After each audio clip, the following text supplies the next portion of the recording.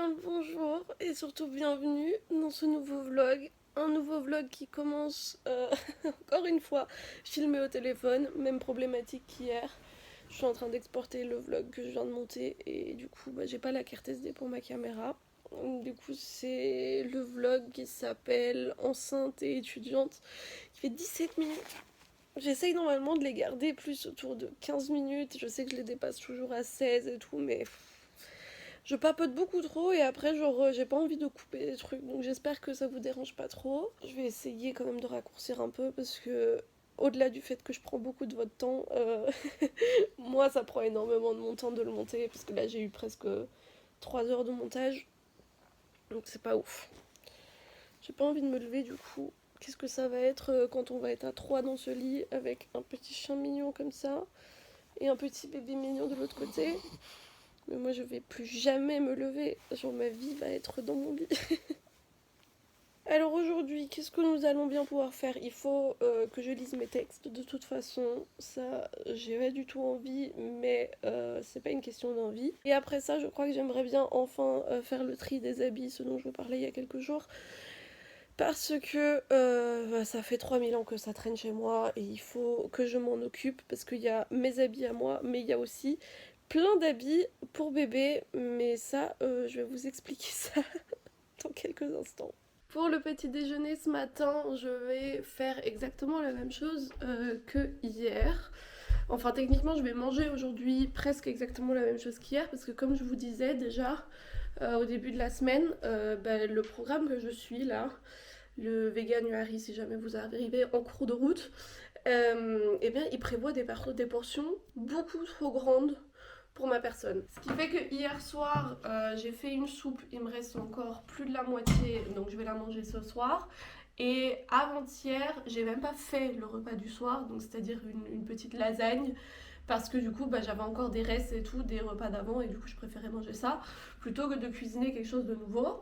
Donc, je pense que je vais faire la lasagne ce midi, la soupe, je vais la manger ce soir, et ce matin, je vais faire exactement le même petit déjeuner que hier. Yes, ok. Donc, ça part sur un petit porridge aux fruits rouges. On se retrouve, euh, je sais pas, je crois 4-5 heures plus tard. Je viens de sortir ma petite lasagne du four et je vous reprends hyper tard, je crois que j'ai vraiment rien filmé aujourd'hui. Mais en gros, après avoir fini mon texte, mon cerveau il était en bouillie totale et j'avais plus envie de rien faire, du coup je me suis juste allongée dans le hamac et j'ai dormi. Mais j'étais hyper motivée pour trier les habits, du coup c'est ce que je vais faire là maintenant avec vous.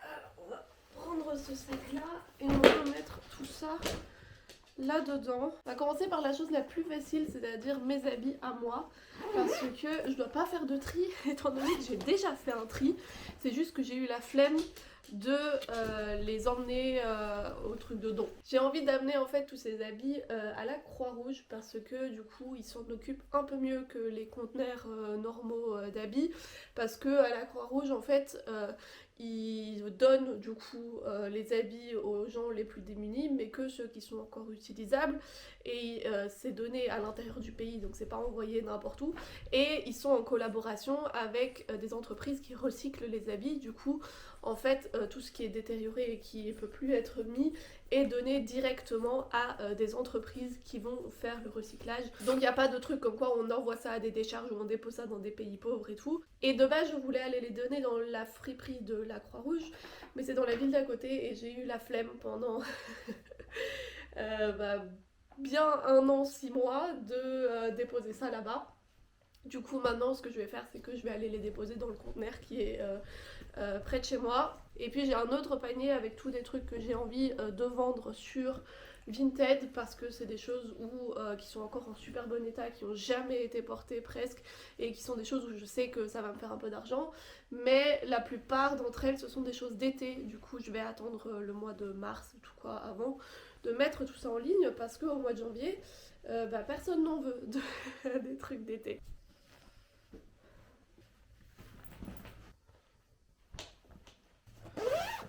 Bon,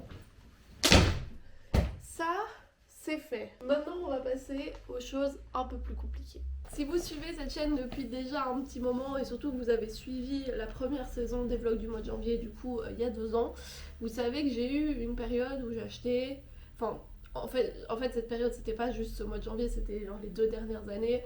J'ai acheté énormément d'habits pour enfants. À chaque fois que je passais quelque part dans un magasin de seconde main ou quoi, j'en achetais. Sur Vinted, j'en achetais énormément.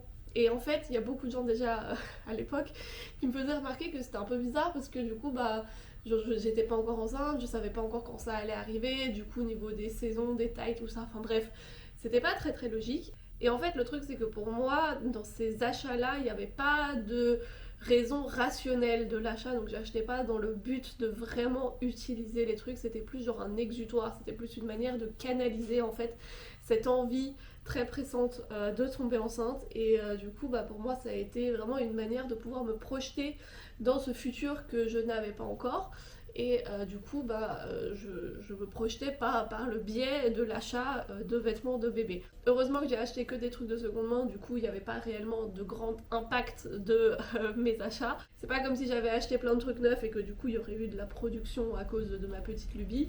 Mais pour être honnête, eh bien l'achat de tous ces habits avait un beaucoup plus grand impact sur ma santé mentale que ça n'aurait dans le futur sur une réelle utilisation. Donc c'est plus genre moi qui faisais ça pour aller mieux et pour contenir un peu une certaine tristesse et une certaine envie impatiente qui était là. Donc maintenant qu'on est au moment fatidique du fait d'avoir cet enfant et du fait d'utiliser tous ces habits, je me rends compte vraiment activement de l'impulsivité de ces achats. Qu'il n'y avait pas vraiment de réflexion derrière, que beaucoup de choses je vais pas pouvoir les utiliser, que beaucoup de choses je ne veux même pas les utiliser parce que ça rentre même pas dans l'idée que j'ai des habits. Autant sur le trait superficiel de la colorimétrie des habits et tout, que aussi sur leur fonctionnement, dans le fait que j'aimerais bien que mon enfant ait des habits, surtout dans la première année, dans lesquels il puisse bouger énormément.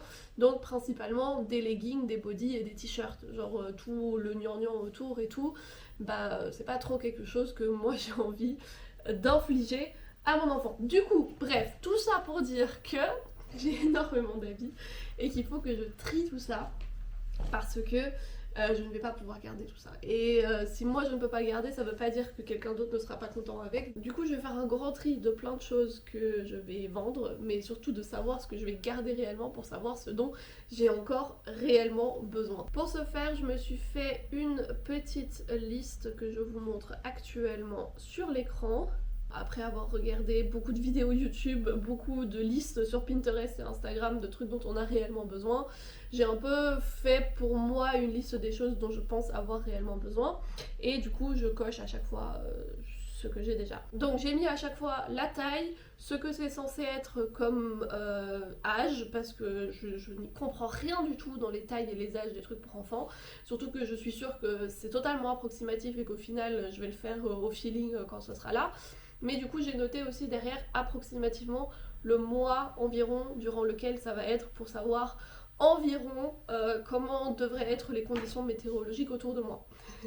Donc en taille 50 comme vous voyez j'ai déjà presque tout, j'ai pas mis de nombre de pantalons, body, leggings ou quoi parce que j'ai déjà quelques petits trucs et puis peut-être que l'enfant sera déjà trop grand à la naissance ou va porter la taille 50 qu'une semaine ou quoi, donc je vais pas avoir besoin d'énormément de choses et si j'en ai besoin plus longtemps que ça, eh bien je pourrais prendre des trucs dans la taille 56, ça sera pas non plus un drame. Donc en taille 56 aussi, j'ai déjà pas mal de trucs, il me manque vraiment juste un ou deux trucs, mais je n'ai rien acheté ici présentement en taille 56, du coup ça je peux même pas vraiment faire de tri. La taille 62, c'est tout ce qui se trouve actuellement ici devant moi, donc on a dans le tiroir tous les petits trucs que j'ai achetés ces derniers temps qui sont des trucs dont j'ai réellement besoin et en plus de ça les quelques petites choses que j'avais achetées en taille 56 avant que je dois trier et donc là je vais cocher au fur et à mesure les cases des trucs que j'utilise réellement. Ensuite la taille 68, j'ai je crois la moitié de ce qu'il y a dans cette caisse et ensuite les autres tailles j'ai pas encore noté de liste parce que je pense que je ferai ça quand le moment sera venu. De toute façon, ce sera 6 mois après la naissance, j'aurai le temps de me préparer d'ici là. Donc là, je vais faire sans liste, je vais juste trier par rapport à ce que j'aime bien et ce que j'aime pas. Et dans ce sac, on a d'ailleurs déjà tous les trucs que j'ai pas envie de garder. C'est déjà énorme. Et en fait, dans cette boîte-là, on a les trucs que je sais pas encore si je vais garder. Donc là, je vais faire un tri un peu plus approfondi. Je vais aller chercher des boîtes pour que je puisse trier tout ça par taille. Ok. Bon. Quelle organisation. Allez, c'est parti.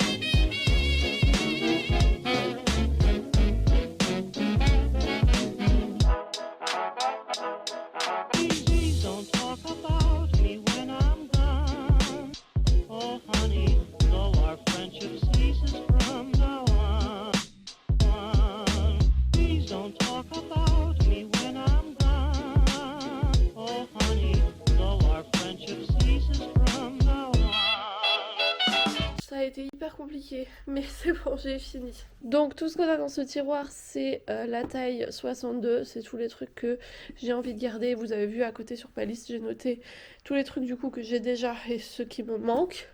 Et pour toutes les autres tailles, j'ai fait du coup un tri et j'ai gardé là-dedans toutes les affaires d'un côté que j'ai absolument envie de garder, de l'autre côté que je sais pas, mais je verrai au moment venu si j'ai envie de les garder ou pas.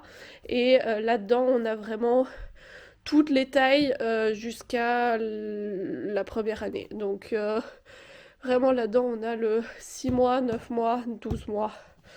Et on verra en temps et en heure.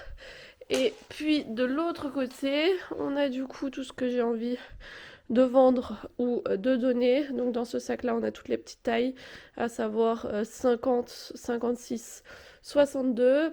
Ici on a la taille 68 et ici on a un mélange de plein de tailles différentes, de 74 environ. Enfin en gros tout ce qui est 9 à 12 mois, mais toutes les étiquettes disent un peu autre chose, mais c'est approximativement tout la même taille. Ça aurait été long et fastidieux et je sens que ce qui va être encore plus long et fastidieux, ça va être de prendre toutes les photos pour mettre tout ça en ligne. Mais je sais pas si j'ai la foi, on fera peut-être ça demain. Là je vous avoue que j'ai envie de manger un petit bout de ma lasagne. J'attendais juste qu'elle refroidisse un peu, là je pense qu'elle est totalement froide.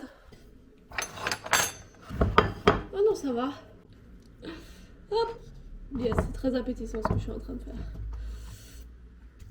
Je risque d'être très très dure avec cette lasagne étant donné que de base j'utilise la recette de Marion de la chaîne La Petite Okara qui est la meilleure lasagne du monde, la meilleure lasagne végane, mais elle prend toujours hyper longtemps à être préparée.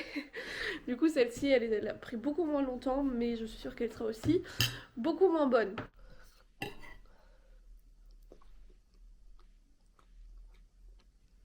Bon en vrai ça va, elle est très bonne, hein.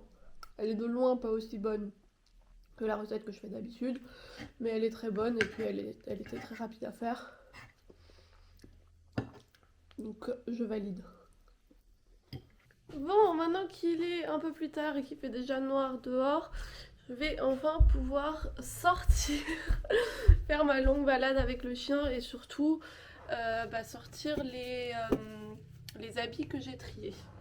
Ça fait quand même bizarre hein, de devoir sortir genre à des moments où il n'y a personne dans la rue, genre tard le soir ou très tôt le matin et tout. Ça fait un peu personne qui a des trucs à se reprocher, vous trouvez pas? Elle a tellement pas envie de sortir. Elle était toute la journée en train de dormir sur le canapé. Regardez-moi cette non-envie. J'ai mes clés. et tout. Ok. Allez, c'est parti pour l'aventure. Je vais finir ce vlog en voix off puisque ma caméra n'a plus de batterie actuellement. Elle est en train de charger. J'ai pas envie d'attendre qu'elle ait chargé avant d'aller dormir.